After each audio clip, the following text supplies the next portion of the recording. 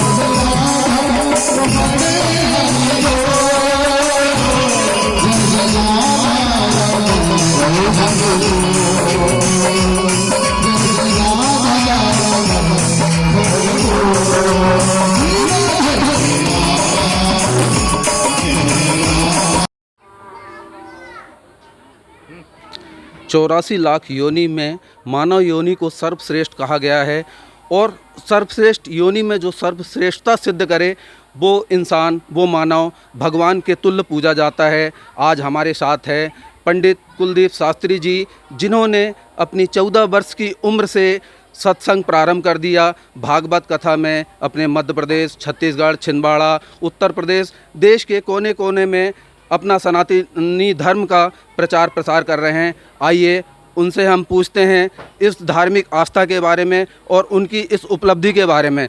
पंडित कुलदीप शास्त्री जी, सबसे पहले तो voice of right news channel में आपका स्वागत है। जी धन्यवाद, राधे राधे सभी को।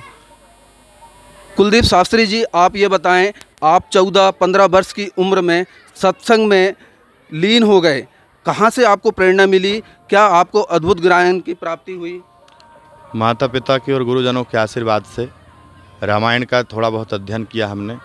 उसी से प्रेरणा मिली कि परमात्मा के जो आचरण थे, उनका जो चरित्र था, प्रातः काल उठ के रघुनाथा, मात पितः गुरु नावई माथा, इसी को माध्यम बनाते हुए हमने अपने जीवन में प्रकाश डाला और परमात्मा की शरण में आने का सौभाग्य प्राप्त हुआ। आपने अभी तक मध्य प्रदेश, छत्तीसगढ़, उत्तर प्रदेश, महाराष्ट्र और कहाँ कहाँ आपने प्रवचन कार्यक्रम किया है और आपको क्या प्रतिसाद मिला है, बताएं। सभी जगह तो परमात्मा की ही बनाई हुई है, पर सब में शिरोमणि अपना देश भारत है और हमें गर्व है कि हमारा जन्म इस धरा में हुआ, इस भारत भूमि में हुआ और परमात्मा की कृपा से, गुरुजनों के आशीर्वादों से, माता पिता के आशीर्वादों से उत्तर प्रदेश, छत्तीसगढ़, मध्य प्रदेश और महाराष्ट्र में कथा करने का सौभाग्य प्राप्त अभी तक हो चुका है, जिसमें सबसे ज़्यादा लोकप्रियता यदि कहीं मिली तो वो जिला छिंदवाड़ा है। छिंदवाड़ा में बताया जाता है कि आपका छिंदवाड़ा से पुराना नाता है, आपका ननिहाल छिंदवाड़ा का है और आप नर्मदा नगरी मंडला के देव गाँव से हैं। छिंदवाड़ा के बारे में और अपने गांव के बारे में बताएं। जी, हमारी पितृभूमि जो है, पिताजी का स्थान मंडला जिला के अंतर्गत माता रेवा के तट में देवगांव नामक एक गांव है, बमनी बंजर से लगा हुआ है। वही हमारी जन्मभूमि है, वही हमारी कर्मभूमि है। और आज जहां कथा चल रही है, इस प्रांगण में छिंदवाड़ा ज़िले में माता जी का ही मात्र धाम है, जो माता जी हमारी छिंदवाड़ा से ही हैं। पंडित कुलदीप शास्त्री जी, आप बताएं, आपने जब से सत्संग आरंभ किया, कथा भागवत कथा प्रारंभ की, तो आपने क्या पाया? आप जगह जगह देश के कोने कोने में घूम रहे हैं और किस चीज़ की आवश्यकता है लोगों में संस्कार भरने के लिए? परमात्मा की कृपा से कोशिश तो सभी सनातन धर्म के जो भी संप्रदाय चल रहे हैं और जितने भी हमारे विद्वत जन हैं, गुरुजन हैं, संत हैं, मठ हैं, सभी लोगों का एक ही कहना है कि जब जब होए धर्म की हानि, बाढ़ें असुर अधम अभिमानी। तो जब अभिमान बढ़ता है, अधर्म बढ़ता है, तब हम सब लोगों को इकट्ठे होकर के और परमात्मा के नाम की चहुं ओर जयकार लगाना चाहिए और ऐसे धार्मिक अनुष्ठान वेद पुराण का ही सहारा लेकर के सही मार्ग प्रशस्त करना चाहिए। आपको क्या लगता है, मतलब आप जगह जगह घूम रहे हैं, कथा प्रवचन कर रहे हैं, लोग प्रतिसाद लेने के लिए आते हैं, उसके अलावा भी आज मतलब जिस तरीके से अत्याचार बढ़ रहे हैं, अमानवीय अत्याचार हो रहे हैं, क्या और किया जाना चाहिए तब ये सारी चीज़ें रुक पाएंगी? अभियान जैसे यूपी में, उत्तर प्रदेश में हमारे माननीय मुख्यमंत्री योगी आदित्यनाथ जी की कुछ जो गाइडलाइंस चालू हैं, पूरा तो मालूम नहीं है, पर उन्होंने उतना बड़ा प्रदेश संभालने के लिए काफ़ी ऐसी कुछ योजनाएं प्रशस्त की हैं। उन्हीं सबको निवेदन है सभी राज्यों के मुख्यमंत्रियों से और हमारे माननीय सबके चहेते पीएम प्रधानमंत्री नरेंद्र दामोदर दास मोदी जी से भी कि उन्हीं सबके गाइडलाइंस को लेते हुए चलें और गौ गौरी गंगा की रक्षा के लिए तन मन धन से सबको सहयोग करना चाहिए। आप बताया जाता है कि आप बचपन में रामायण का अध्ययन करते थे और रामचरितमानस पढ़ पढ़कर आपको एक सत्संग की प्रेरणा जागी। लंबे समय बाद, वर्षों बाद, सदियों बाद राम मंदिर का निर्माण हुआ है यूपी में, कैसा लगा आपको? ये तो वैसे ही हो गया जैसे कल्प वृक्ष के नीचे बैठ कर के जो मनुष्य कल्पना करता है और तत्पश्चात उसे वो चीज़ वहाँ पर उपस्थित हो जाती है। इसी प्रकार से हम अपने आप को सौभाग्यशाली समझते हैं कि इतने दिनों से यह मुद्दा चलता रहा, पर आज जब हमारा जन्म इस धरा में हुआ और हमारे समक्ष इतना बड़ा सौभाग्य मिला है, जो राम मंदिर का निर्माण होने जा रहा है और अपितु हो रहा है, प्रारंभ हो गया है, तो हम अपने आप को बड़े सौभाग्यशाली समझते हैं कि हमारे सबके सानिध्य से और हम सब लोगों की कमाई हुई धनराशि से, चाहे वो 1 रुपया हो, चाहे 1 लाख रुपया हो, सब लोग अपना दशांश वहाँ पर दें, यही सबसे गुजारिश है और सब लोगों को बहुत बहुत बधाइयाँ हैं।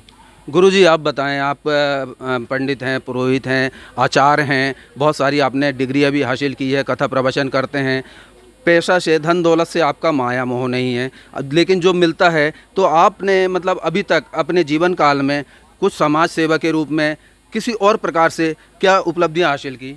हम माँ रेवा की गोदी में जन्म हुआ है, तो सबसे ज़्यादा अधिष्ठात्री देवी हम नर्मदा जी को ही मानते हैं और हमारे इष्ट शंकर जी हैं और शंकर जी की ही पुत्री नर्मदा जी हैं। इसलिए कहा गया है, जटा शंकरी नाम तुम्हारा, कोटि जनों को तुमने तारा। तो हमने भी अपने जीवन में उन्हीं का लिया है सहारा और नर्मदा नदी के किनारे करते हैं साल में एक बार भंडारा। पंडित कुलदीप शास्त्री जी, 22 आप राइट न्यूज़ चैनल के मध्य प्रदेश छत्तीसगढ़ के दर्शकों को, महिलाओं को, पुरुषों को, युवाओं को क्या संदेश आप देना चाहते हैं जिसमें हमारे संस्कारों की जड़ मजबूत हो, हमारे राष्ट्र की नींव मजबूत हो? मैं आज की युवान पीढ़ी, मेरे भाई, मेरे बहन, मेरे सहपाठी गणों से यही निवेदन करना चाहता हूँ कि जितना समय वो आज की दुनिया में जैसे डिजिटल हो गया है ये संसार, ये ज़माना, तो आप लोग ज़्यादातर समय मोबाइल में दे रहे हैं, फेसबुक में लाइक कमेंट्स करवाते हैं, व्हाट्सएप के स्टेटस देखते हैं। उसी समय को थोड़ा सा, मैं नहीं कहता कि आप मोबाइल न चलाएं, मोबाइल में दोनों चीज़ें हैं, पॉजिटिव भी नेगेटिव भी।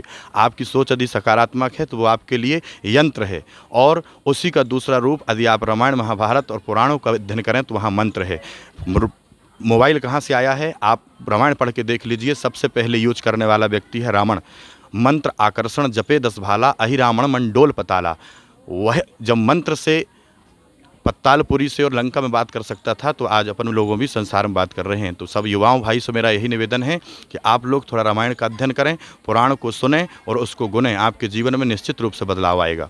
मध्य प्रदेश के हृदय अंचल छिंदवाड़ा में आप भागवत कथा का आयोजन कर रहे हैं, वार्ड नंबर 21 शुक्लूढ़ाना में। इसके पहले आपने छिंदवाड़ा में और कितने कार्यक्रम किए, और अभी आप किस समिति के माध्यम से बुलाए गए हैं और उनके बारे में क्या कहना चाहते हैं?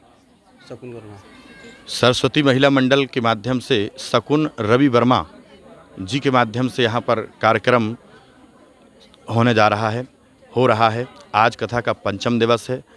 नर्मदा जयंती की पावन तिथि से यह कार्यक्रम शुरू हुआ है और 25 तारीख को इसका हवन भंडारा है। और यहाँ छिंदवाड़ा जिला में यह हमारी तीसरी कथा है। प्रथम कथा प्रदर्शनी कॉलोनी वृद्धा आश्रम के पास हुई।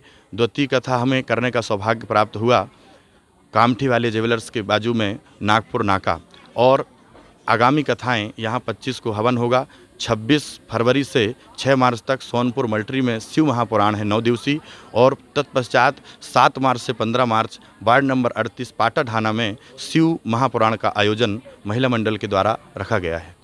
ये थे हमारे साथ में नर्मदेश्वर नगरी मंडला जिले देवगांव से पंडित कुलदीप शास्त्री जी, जो भागवत कथा पढ़ते हैं, लोगों में संस्कार भरने की कोशिश करते हैं। प्रैक्टिकली भी उन्होंने बताया कि धर्म के साथ साथ व्यक्तियों को, मानवों को अपने नेचर में सुधार करना होगा, सकारात्मक सोच लेके आनी होगी, तब हम एक संस्कारों की नींव भर सकते हैं, एक समृद्ध राष्ट्र का निर्माण कर सकते हैं।